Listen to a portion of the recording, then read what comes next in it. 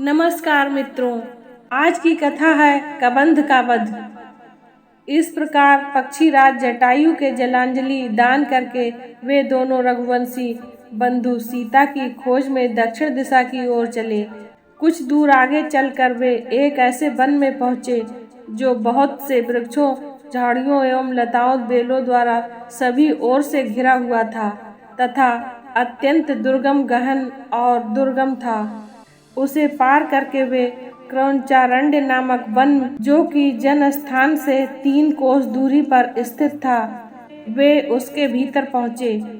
वह वन भी सघन अनेकों मेघों के समूह से सदृश प्रतीत हो रहा था, किंतु विविध रंग के सुंदर फूलों से सुशोभित होने का कारण हर्षोत्फुल्ल जैसा भी जान पड़ रहा था। उसके भीतर अनेक पशु पक्षी निवास करते थे। वहां पर उन्होंने सीता का खोज करना आरंभ किया, किंतु बहुत खोज करने पर भी जब कोई परिणाम नहीं निकला तो वे और आगे चले।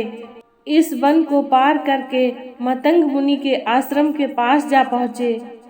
वह वन भी भयानक और हिंसक पशुओं से परिपूर्ण था। घूमते घूमते वे ऐसी पर्वत कंदराओं में पहुँचे जो पाताल की भांति गहरी तथा सदा अंधकार से आवर्त रहती थी।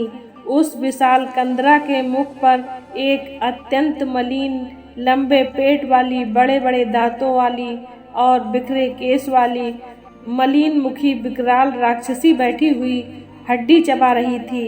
राम लक्ष्मण को देखकर वह अट्टहास करती हुई दौड़ी और राम लक्ष्मण से लिपट कर बोली, आओ हम दोनों रमण करें।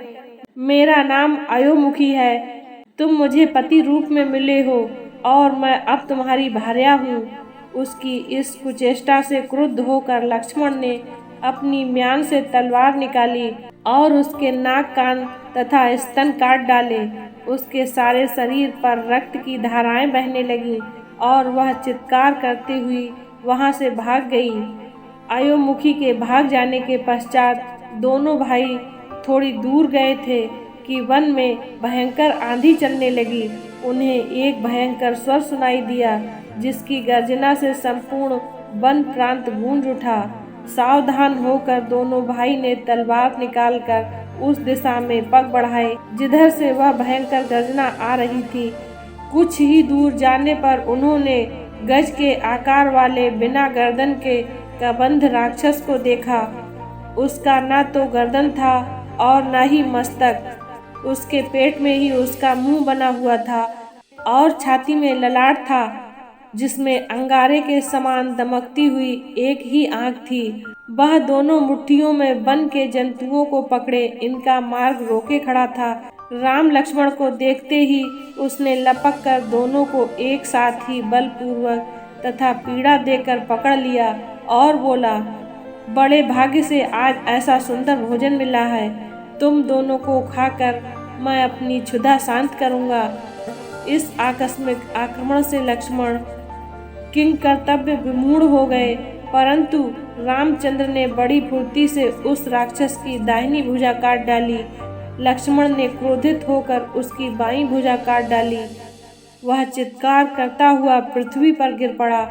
पृथ्वी पर गिरकर उसने पूछा, वीरों, आप दोनों कौन हैं? उसके इस प्रकार पूछने पर लक्ष्मण ने उसे दोनों भाइयों का परिचय दिया। उनका परिचय सुनकर कबंध ने राम से कहा, महाबाहु राम, पूर्व काल में मैं अत्यंत पराक्रमी था, किंतु पराक्रमी होते हुए भी राक्षस रूप धारण कर ऋषियों को डराया करता था। एक बार क्रोधित होकर स्थूलशिरा नामक महर्षि ने मुझे राक्षस हो जाने का श्राप दे दिया। श्राप मुक्ति के लिए मेरे द्वारा प्रार्थना करने पर उन्होंने बताया कि जब राम तुम्हारी भुजाओं को काट देगा तो तुम्हारी मुक्ति हो जाएगी। आपने राक्षस योनि से मुझे मुक्ति दिलाकर मेरा बड़ा उपकार किया है। अब आप मुझ पर इतनी कृपा करना कि अपने दोनों हाथों से मेरा दाह संस्कार कर देना। कबंध की प्रार्थना सुनकर राम बोले, हे राक्षस राज, मैं तुम्हारी इच्छा अवश्य पूरी करूंगा। मैं तुमसे कुछ सूचना प्राप्त करना चाहता हूँ, आशा है अवश्य दोगे। दंडक वन में मेरी अनुपस्थिति में लंकापति रावण मेरी पत्नी का अपहरण कर ले गया है। मैं उसके बल पराक्रम स्थान आदि के विषय में तुमसे पूरी जानकारी चाहता हूँ। यदि जानते हो तो बताओ। राम का प्रश्न सुनकर कबंध बोला, हे रघुनंदन, रावण बड़ा बलवान और शक्तिशाली नरेश है। उससे देव दानव सभी भयभीत रहते हैं। उस पर विजय प्राप्त करने के लिए आपको नीति का सहारा लेना होगा। आप यहाँ से पंपा सरोवर चले जाइए। वहाँ ऋष्यमुख पर्वत पर बानरों का राजा सुग्रीव अपने 4 वीर बानरों के साथ निवास करता है। वह अत्यंत वीर पराक्रमी, तेजस्वी, बुद्धिमान, धीर और नीति निपुण है। उसके पास एक विशाल पराक्रमी सेना भी है, जिसकी सहायता से आप रावण पर विजय प्राप्त कर सकते हैं। उसके बड़े भाई बाली ने उसके राज्य और पत्नी का अपहरण कर लिया है।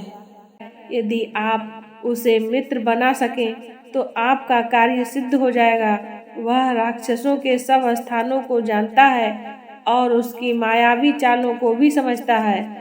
उसे भी इस समय एक सच्चे पराक्रमी मित्र की आवश्यकता है। आपका मित्र बन जाने पर वह अपने बानरों को भेजकर सीता की खोज करा देगा। साथ ही सीता को वापस दिलाने में भी आपकी सहायता करेगा। इतना कहकर कबंध ने अपने प्राण त्याग दिए।